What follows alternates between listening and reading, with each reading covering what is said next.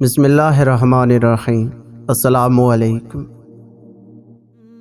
ایک شخص نے چڑیا پکڑنے کے لیے جال بچھایا۔ اتفاق سے ایک چڑیا اس میں پھنس گئی اور شکاری نے اسے پکڑ لیا۔ چڑیا نے اس سے کہا، اے انسان، تم نے کئی ہرن، بکری اور مرغ وغیرہ کھائے ہیں، ان چیزوں کے مقابلے میں میری کیا حقیقت ہے؟ ذرا سا گوشت میرے جسم میں ہے، اس سے تمہارا کیا بنے گا؟ تمہارا تو پیٹ بھی نہیں بھرے گا۔ لیکن اگر تم مجھے آزاد کر دو تو میں تمہیں 3 نصیحتیں کروں گی جن پر عمل کرنا تمہارے لیے بہت مفید ہوگا۔ ان میں سے ایک نصیحت تو میں ابھی کروں گی، جبکہ دوسری نصیحت اس وقت جب تم مجھے چھوڑ دو گے اور میں دیوار پر جا بیٹھوں گی۔ اس کے بعد تیسری اور آخری نصیحت اس وقت کروں گی جب دیوار سے اڑ کر سامنے درخت کی شاخ پر جا بیٹھوں گی۔ اس شخص کے دل میں تجسس پیدا ہوا کہ نہ جانے چڑیا کیا فائدہ مند نصیحتیں کرے۔ اس نے چڑیا کی بات مانتے ہوئے اس سے پوچھا، تم مجھے پہلی نصیحت کرو، پھر میں تمہیں چھوڑ دوں گا۔ چنانچہ چڑیا نے کہا، میری پہلی نصیحت یہ ہے کہ جو بات کبھی نہیں ہو سکتی اس کا یقین مت کرنا۔ یہ سن کر اس آدمی نے چڑیا کو چھوڑ دیا اور وہ سامنے دیوار پر جا بیٹھی۔ پھر بولی، میری دوسری نصیحت یہ ہے کہ جو بات ہو جائے اس کا غم نہ کرنا۔ اور پھر کہنے لگی، اے بھلے مانس، تم نے مجھے چھوڑ کر بہت بڑی غلطی کی، کیونکہ میرے پیٹ میں پاؤ بھر کا انتہائی نایاب پتھر ہے۔ اگر تم مجھے ذبح کرتے اور میرے پیٹ سے اس موتی کو نکال لیتے تو اس کے فروخت کرنے سے تمہیں اس قدر دولت حاصل ہوتی کہ تمہاری آنے والی کئی نسلوں کے لیے کافی ہوتی اور تم بہت بڑے رئیس ہو جاتے۔ اس شخص نے جو یہ بات سنی تو لگا افسوس کرنے اور پچھتایا کہ اس چڑیا کو چھوڑ کر اپنی زندگی کی بہت بڑی غلطی کی۔ اگر اسے نہ چھوڑتا تو میری نسلیں سنور جاتی۔ چڑیا نے اسے اس طرح سوچ میں پڑے دیکھا تو اڑ کر درخت کی شاخ پر جا بیٹھی اور بولی، اے بھلے مانس، ابھی میں نے تمہیں پہلی نصیحت کی جسے تم بھول گئے کہ جو بات نہ ہو سکنے والی ہو اس کا ہرگز یقین نہ کرنا۔ لیکن تم نے میری اس بات کا اعتبار کر لیا کہ میں چھٹانگ بھر وزن رکھنے والی چڑیا اپنے پیٹ میں پاؤ وزن کا موتی رکھتی ہوں۔ کیا یہ ممکن ہے؟ میں نے تمہیں دوسری نصیحت یہ کی تھی کہ جو بات ہو جائے اس کا غم نہ کرنا، مگر تم نے دوسری نصیحت کا بھی کوئی اثر نہ لیا اور غم و افسوس میں مبتلا ہو گئے کہ خواہ مجھے جانے دیا۔ تمہیں کوئی بھی نصیحت کرنا بالکل بیکار ہے، کیونکہ تم نے میری پہلی 2 نصیحتوں پر کب عمل کیا جو تیسرے پر کرو گے؟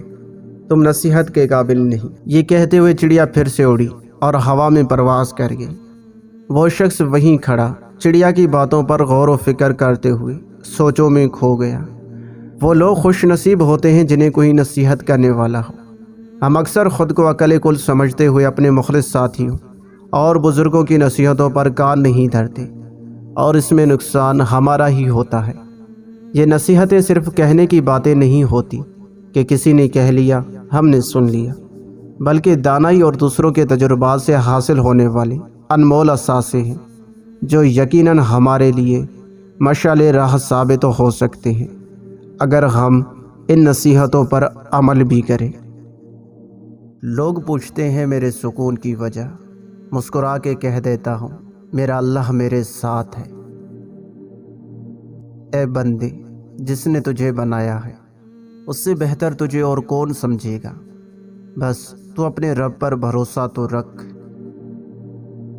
نکاح میں بہت طاقت ہوتی ہے کیونکہ اس میں گواہوں سے زیادہ اللہ کی مرضی شامل ہوتی ہے۔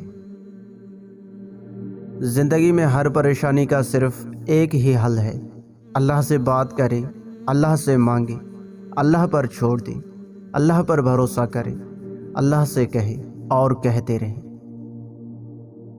اللہ سے ہمیشہ بھلائی اور اچھے وقت کی آس رکھنی چاہیے۔ وہ اپنے بندوں کو اسی چیز سے نوازتا ہے جو وہ اللہ سے توقع کرتے ہیں۔ لوگوں کی نظروں میں گرنے کی بجائے اس رب العزت کی نظروں سے گرنے سے بچو جو تمہاری عزت کی حفاظت فرماتا ہے۔ اگر لوگ تم سے متاثر ہو رہے ہیں تو تکبر نہ کرو، شکر ادا کرو اپنے رب کا جس نے تمہارے عیب چھپا کر تمہیں لوگوں میں معزز بنا رکھا ہے۔ جو یہ سال بدل سکتا ہے وہ نصیب بدلنے پہ بھی قادر ہے۔ جو اللہ پر یقین رکھتے ہیں اللہ ان کے لیے وسیلہ بنا ہی دیتا ہے۔ دنیا کو چاہنے والا بکھر جاتا ہے اور اللہ کو چاہنے والا نکھر جاتا ہے۔ ماں کی گود سے قبر کی دیوار تک زندگی کے ہر پہلو پر نظر ڈال کر دیکھ، اللہ کے سوا کوئی کام نہیں آتا۔ خوش قسمت ہے وہ انسان جس کے لیے کوئی روئے، اور بد قسمت ہے وہ انسان جس کی وجہ سے کوئی روئے۔ عقل مند بننا چھوڑ دو، بہت کچھ سیکھ پاؤ گے۔ عقل مند ہمیشہ غم و فکر میں مبتلا رہتا ہے۔ راستہ ایک ہی تھا، حضرت موسیٰ علیہ السلام گزر گئے اور فرعون ڈوب گیا۔ بھروسہ راستے پر نہیں اللہ پر کرو۔ جنہیں یقین ہو مقدر لکھنے والے پہ، وہ انجام سے گھبرایا نہیں کرتے۔ بے شک سکون کی دولت اللہ کا ذکر کرنے والوں ہی کو نصیب ہوتی ہے۔ چہرے کا نور اور دل کا سکون بس میرے اللہ کی عبادت میں ہے۔ اللہ سے تنہائی میں سرگوشی کیجیے، دل تو کیا روح پر بھی اثر پڑے گا۔ جو عبادات اخلاق اور کردار پر اثر انداز نہ ہو سکے وہ مشقت کے سوا کچھ نہیں۔ پانی اور نماز ایک جیسے ہیں۔ پانی محتاج نہیں پینے والوں کا، اور نماز نہیں محتاج پڑھنے والوں کی۔ دونوں کے لیے پیاس ضروری ہے۔